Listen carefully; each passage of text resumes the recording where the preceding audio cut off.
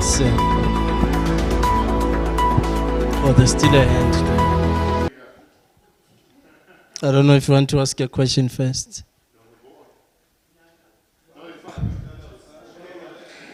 Okay.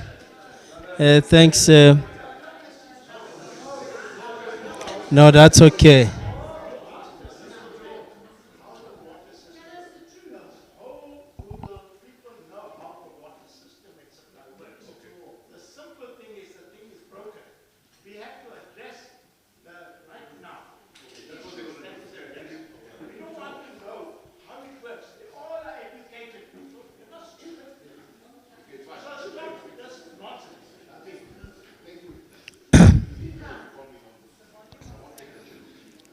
Okay. Ladies and gentlemen, let's not get to a point where we argue amongst ourselves. I think let's allow the emotions to go down. The biggest problem we are faced with is the water issue. And not only the water issues, there are also other issues that have emerged. Bylaw enforcement, hijacked buildings. Let's deal with those issues together. So I'll ask the CEO to first deal with the issues around the water. I will add, then I'll take up the issues on hijacked buildings, bylaw enforcement. Akutlum? It's not hijacked buildings yet, it's illegal buildings. Yes, illegal buildings.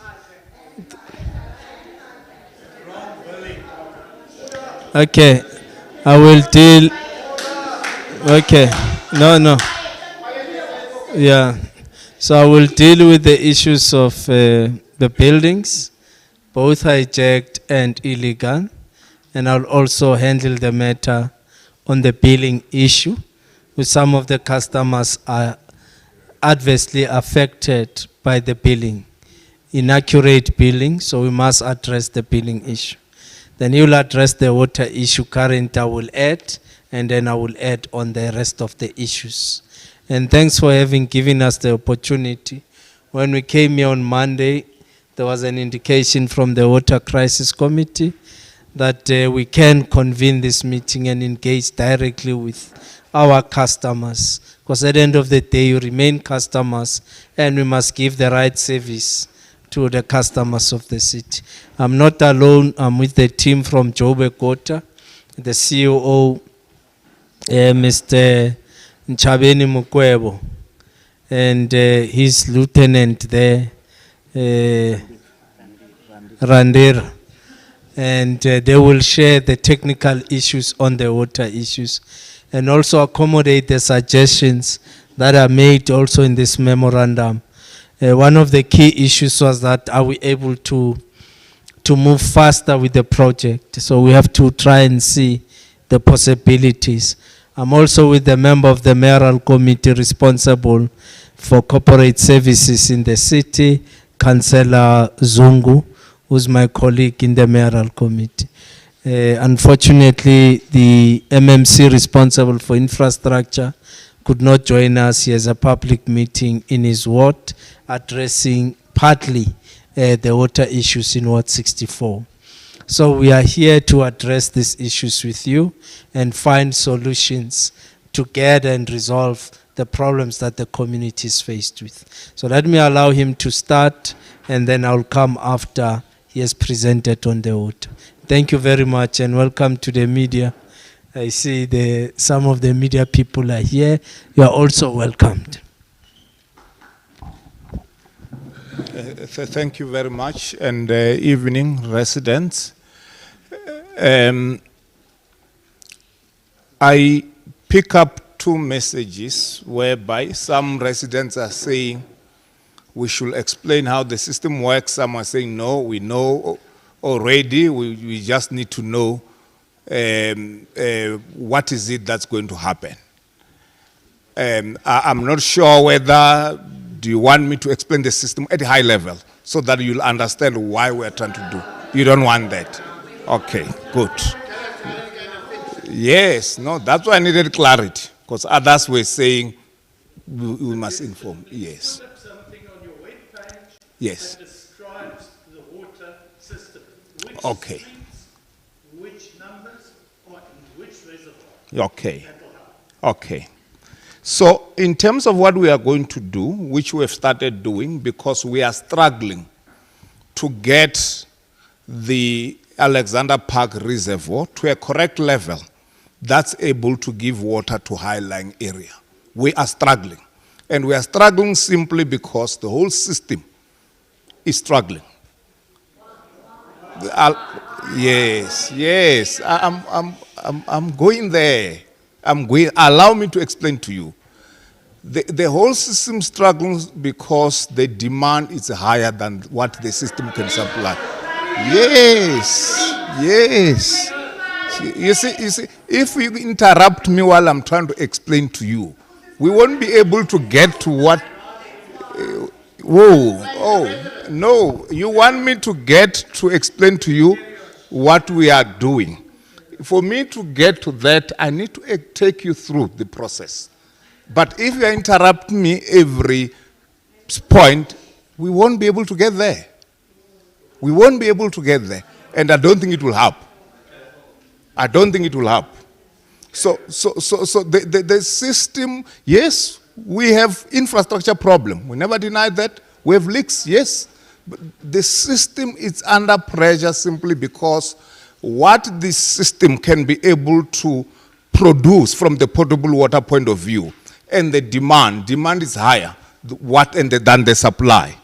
So when demand is higher than the supply, what happens? There are certain systems like Alexander Park, which only works correctly when the system is healthy. In other words, the upstream reservoirs, they need to be at a certain level for us to be able to get sufficient pressure on the line to bring the necessary volume. So when the overall system, even at rainwater, when their reservoirs are low, which they communicate publicly as well, because of what? Because of demand, we are not able to push the right volume to Alexander Park Reservoir simply because the reservoir that's sitting in the Kluisdorpsberg city in Bassonia and the reservoir in Midrand, they are not at a level of about 50%. When they are 50% plus, we're able to get the volume up to the Alexander Park. So what is it that we are doing now as part of our short-term intervention? We are working on looking at rezoning Yeoville system and Alexander Park system. For that, why we are doing that, we want to do that so that we can remove the people that are on the high-lying area of Alex Park and remove them from the Alex Park system and put them on Yeoville system.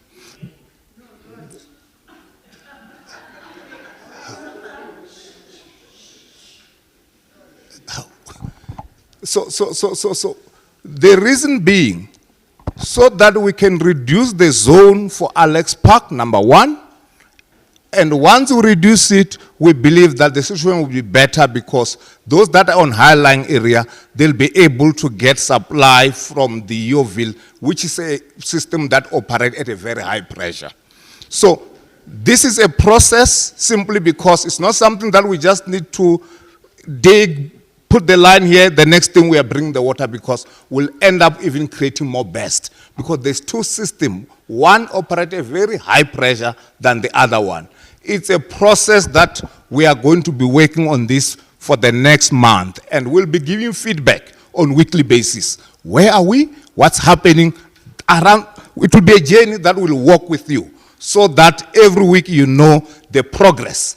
Even up to the point where we'll be mobilizing resources for that, because we need to mobilize the PRVs, the pipes that are going to be used. Right now, the tanker team, this week, they've been busy with that design. Firstly, they did a modeling to see whether it will work or not. Secondly, they are busy with the necessary design work that needs to be done. After that, we can be able to start the actual construction. Our projection is that in a month, we can be able to do that. But we'll give you feedback on a weekly basis so that we can tell you whether are we going to be able to make it in a month or it will need slightly more as we are mobilizing the work around this. So that's a specific short term that we are working on for this particular area.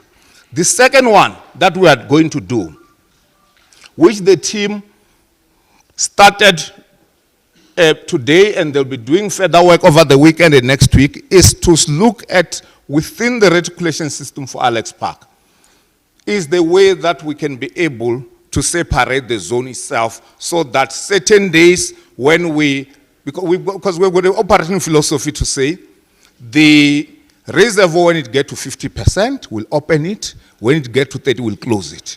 Firstly, that 50% we want to increase slightly to about 55%.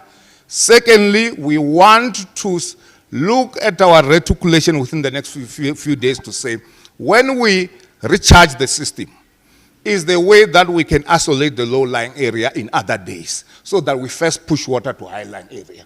Because what's really frustrating everyone, those that are on the high-lying area, is that every time whenever we open, they don't get water, but the low-lying area, they get water. So that's another plan that the technical team will be working on it for the next few days, and we'll be able to communicate to you next week to say, is it working or not? Because the challenge is that it all depends on number of valves that need to be closed and so on. And it's something that we can be able to communicate to you in the next few days. These are specific approach that we are doing for this particular area. Of course, there was a question about what we're doing about infrastructure.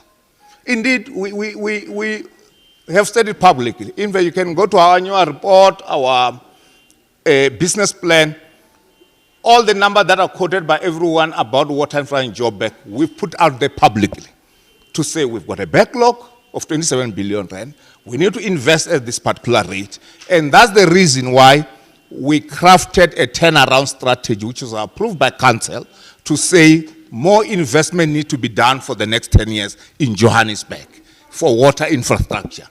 And our aim is that that turnaround plan needs to be implemented.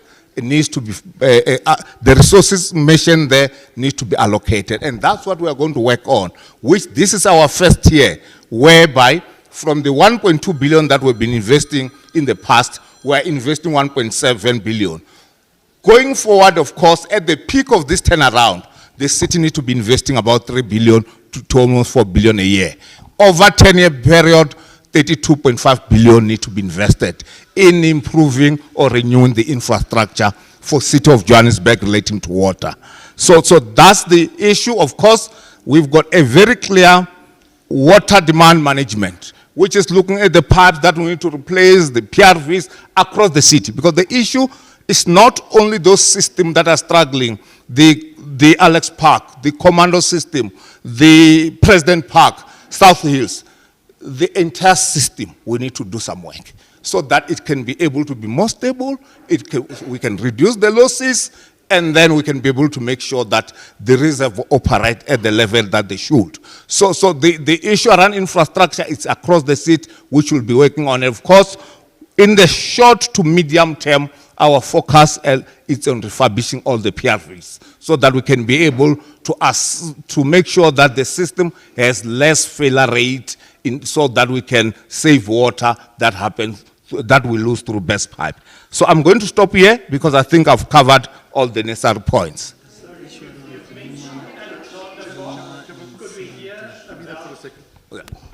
People, we agreed there's a program. Can they speak first? Let them complete what they want to say. Then I've seen the hands. 1, 2. You will speak. But don't wave your hands. Don't tire yourselves. Everyone will get a chance to speak in the time we have. Let them complete. Yeah, so let them get on with it. That's what they are doing. Sorry, Theo. Okay. Yeah, I'm done. Yeah, we can take. No, question can come through. We'll be able to answer.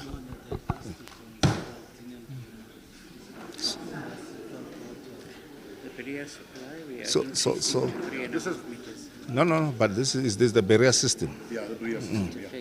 This is the high point of the barrier. Okay, you can take this. It's fine. Good evening, colleague, residents, the mayor, MMCs. My name is Randir Nico Singh. I think I've presented on Wednesday, and I presented an overall picture of the situation. So please take heed that you don't fix one system at a time. You fix a system in totality so that you're able to improve a total system to supplement systems that don't get immediate attention, because nobody can say you have 20 problems, you fix all 20 right now. You can't do that. Nobody can. You've got to work through a project plan and a priority plan. That being said, the MD has articulated the plan for Alexander Park. We have similarly started in a short few days ago the plan for the Berea Reservoir Supply Zone. That implies that we will follow the same protocol of the 50% mark, but we've actually taken, and the 50% mark is 3.25 meters of a 6.5 meter reservoir. That 3.25, we actually drove up. You would find last weekend, we closed the system completely to get up to about 4.5 meters. That then allowed the system to supply. Now, the higher a reservoir is, the more pressure head it has, which means more pressure. It will push water into the system. It will get over to the high-lying areas. Now, we know from experience and reports by directly dealing with the ward councillors that the specifically Beryl Street on the highest point is struggling, still struggling. We have been continuously each day flushing the system. But we also don't want to overflush because there's limited water in the system. That's tantamount to wasting if we overflush. So we want to manage that system, allow us to continue doing what we're doing. The more you pressurize and saturate a system and keep it saturated, the better it'll fill up and the quicker it'll fill up. If you get to a point where you open, close, and allow a system to close and empty completely, you got to refill the system. These are not small pipelines, and they are not short pipelines. So the hydraulics involved is extensive and complicated, and especially if the system is old. So please allow us to work on that. And the question is when? We've already started. The question is, when will we see improvement? Allow us to monitor this as we go day by day, and similarly with the short-term interventions that we are implementing. To be clear, there's no severe leak on the Berea Reservoir, therefore there's no immediate leak repair on the Berea system. We have identified a more severe leak on the Alexander Park Reservoir, which the MD has alluded to, and that has become part of the phase 1 of the leak repair project, commencing November 2025. Thank you. It's part of what it's what I was explaining. Oh, okay. Yes. You want us to take questions now on the presentation? So, neighbors, we are going to take questions. We have limited time. We know we're all angry. It's not a competition for who's most angry. Your questions need to be directed on what they're going to do to fix it. Right? Yes, that's right. Yeah, but let's direct it. The two things we've heard, and I'll try plain language, I know engineers struggle with that, is that they're already trying to implement a fix for Beryl Street, right? That's correct, that's in simple ways. In terms of the royal enclosure, Gloucester, don't be offended by it. Yeah, Gloucester. The royal enclosure, they are looking at bridging, trying to connect you onto another network. They are busy with that now. Were you paying attention? Anyway, so let your questions be very directed. Right? Okay, so I'm going to identify hands. Mpumi, are you going to help me? Yeah. So we're starting here. 1, 2, 3, 4, 5, 6, 7, 8, 9. Then we'll come to the other half later. But the 9 here. Starting from right at the back, the man with the blue. I'm sorry to call you the man with the blue. People, short questions. Okay, I'm not going to ask a question. I'm just going to make a statement. My name is Arthur Blugnard. I would like to volunteer to assist you in fixing your problem. I have been involved with water treatment plants for many years. When they were built, whether it was whether it was Olifantsfontein, and you know, the lot. I can see your problem. I'm also frustrated, and I cried because you people are struggling, and I have offered my services before. It can be fixed, and it can be fixed over a relatively short time. I know you're talking about hydrolysis. A lot of people here said, we know the system. We know the system. The system is complex. Let me tell you, it's a very complex system. If you don't know, if you're not an engineer, I'm an engineer. I've got a master's degree in engineering. So all I'm saying is, I can volunteer my services, and it's for free.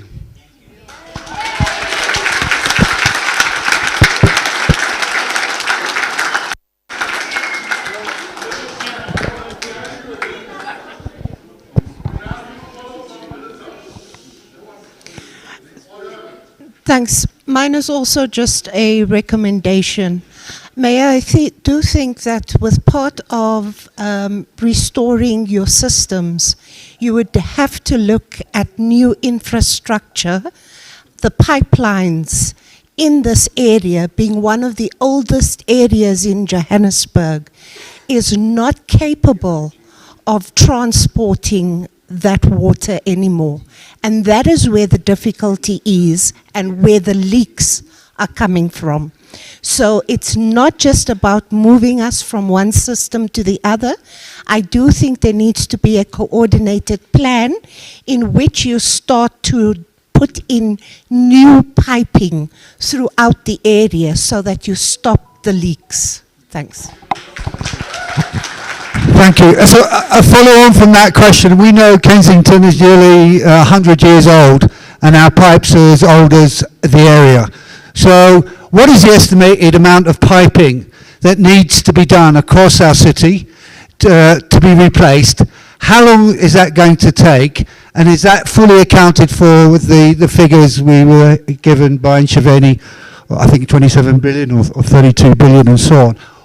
Because we've got a situation where we're also dependent on a neighbouring country, and that supply, which had been a massive shortfall for our system, will only, we're told, I heard yesterday, 2029 now. So we've got a problem for the next 5 years, 4 years at least. That's if Lesotho solves the problem. So how are you going to ensure that everybody in this city gets dignified amounts of water on a consistent basis without these huge, long interruptions? What is the medium term? What is the long term? We've heard the short term.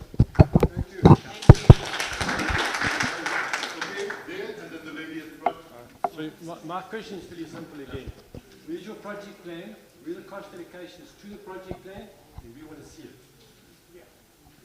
All the project plan and the cost allocations and the time frames and all of that. Actual project plan.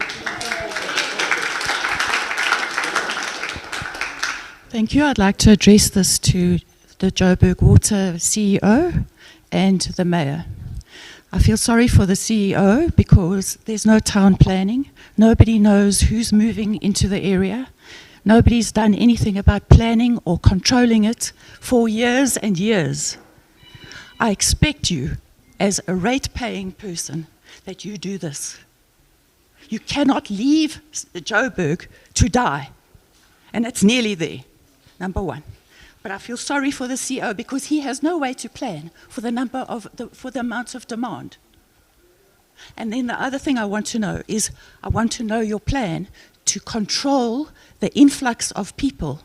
Or if you're going to allow it wholesale, then what are you going to do to make sure that they have the infrastructure that doesn't mess everybody else up that's been here forever?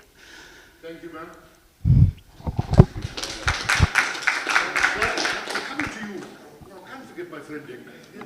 Oh, it's fine. It's fine. No, he's passing the question. Okay. Right. Promise before you speak. Put your right hand up. Okay, you won't swear. Good afternoon, Mr. Mayor. Thank you for coming to listen to the community here, what they've got to say. I heard what you addressed about the building and everything. Are we going to do something about the building? Because I haven't had water for 25 days. I got above 3,800 rand. 3,800 rand. And I haven't had water for 25 days. Oh, don't worry, it's normal. All are getting it. And another thing is, we went to the Joburg meeting when we had a big issue last time. To Joburg, we had a with some guy we met there, big shot, wherever he is. And he came up with a plan that we fill the reservoir higher than 50%, which happened the next day. And he said, next day, we'll get water. And we did get water. And the pressure was strong. Why didn't they keep up to that plan that they already put in place? Because the plan they had when we went for the meeting, it worked. We had water the next day, the shower was booming out and everything was happening for 2, 3, 4 days. It was nice. Then we start breaking down again. Then it's a building, like you said, the water meters that we're paying for air. Once they stop the water, when that water comes on again, it's a lot of air. The meter spins double, triple the speed. When I went to Joburg to complain about it, they said I must pay 5,000 rand for an inspector to come have a look at my meter. And they're going to look at my meter and say, there's nothing wrong with your meter. But when the air comes through, that's when the high speed comes up. What are we going to do? Is this going to be just a meeting just to talk? Are we going to do something about it and just not talk? Are we going to do something about it? Mr. Mayor, I absorbed all the swearing from this guy. So you owe me one on that one. Always this. Just to say, we went to Joburg Water in June with these people from the Royal Enclosure. He's reporting on that. Gloucester Road. Yeah. So an intervention brought water the next day, but it slowly disappeared. Yeah. Quick. Thank you, sir. Thank you, sir. This one goes to the CEO. Mr. CEO, I'd like to talk to you and then I look at you in your eye. I say, my understanding is that you didn't see this one coming. You didn't see this problem coming. That's why we're here. Are you the right person for this job? Are you really the right person for this job? Because if you're the right person for this job, you could have anticipated. You could have anticipated to say, hey, there's going to be a problem. In 2, 3 years' time, I'm going to have a problem. What do I do about it? Now you start mitigating the issues. Please answer me on that. Give people chance, those who can do the job better. Thank you. All right. So I think we've covered the first 10. Should I take the rest of the questions or would you like to start to respond? Take the rest. Okay. We'll start here. 1, 2, 3. Don't smile. I'm not going to give you extra chance. 4, 5, 6, 7, 8, 9, 10, 11, 12. Right? Mpumi? Yeah, we're taking...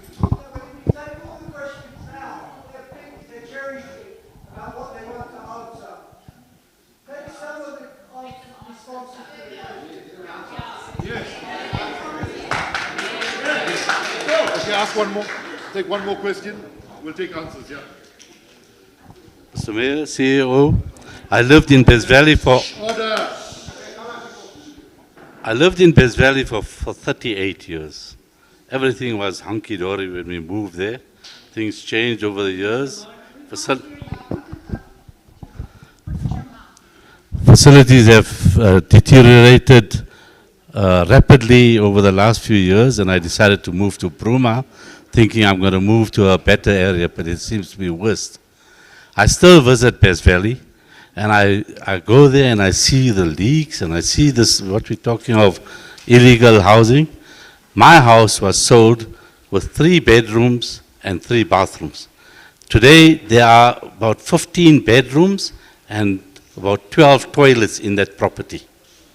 I don't know how they got away with it. Similarly, my father-in-law's house down the road was 4 bedrooms upstairs and 1 bedroom downstairs. The first day the keys were given to the new owner, it had 32 door frames that they installed and rooms divided. Every kitchen, every bathroom was also divided. So this is the illegal housing that we're talking about. On Best Valley. On Saturday, I witnessed sewer running down the curve, right down maybe about 2 kilometers coming around into Bezuidenhout Avenue. And then I reported it to the owner of the property and he followed up. I think it stopped, But what's happening is the sewer guys come, they repair a section, then the other section, they push from one side and push it into another section, and the balance of the sewer starts leaking the following day. So they're not doing a proper job with what they are doing. It's a half-day job, and then they come and do it during overtime on a weekend when they get more money. But they still don't finish the job. Because on Monday when I went back, another sewer leak on the same line. Similarly in Bruma, on the corner of Marcia and Hanspiro, the water is leaking like crazy for how many months now? They fix up one section, they come to the middle of the road, they fix up that section, they don't fix it really, but they leave a whole big pothole in the middle of the road. And then it moves, they don't do the whole line. We know that pipes are really deteriorating for a number of years. They have to be upgraded. Since the new regime took over, it's about 30 years, they haven't done anything about upgrading pipes that were about 100 years old. This has to be done immediately. Okay, thank you.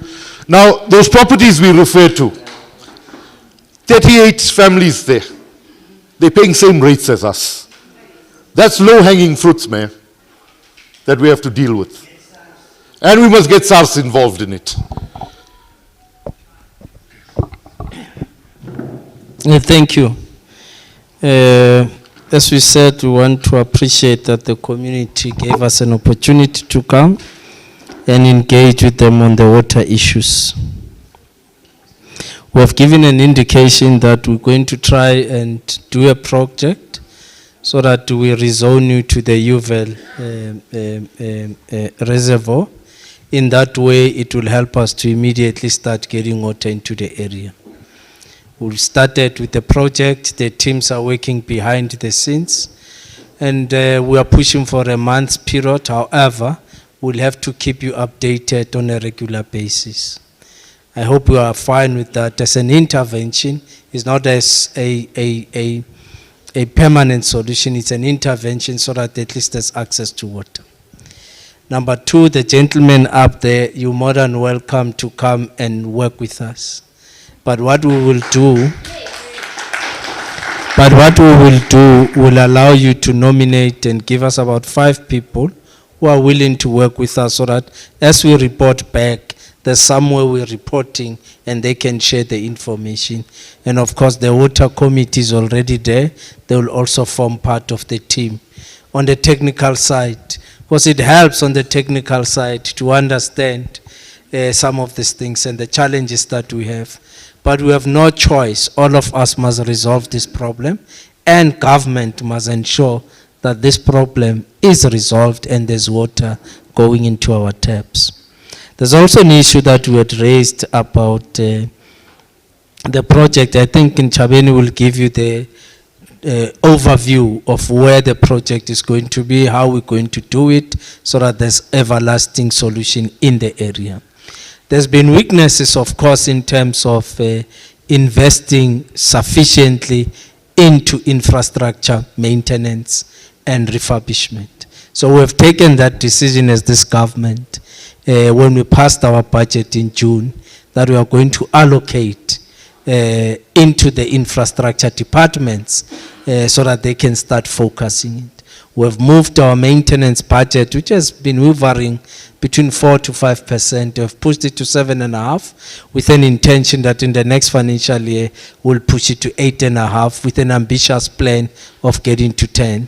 The same way we are going to be pushing our capital expenditure.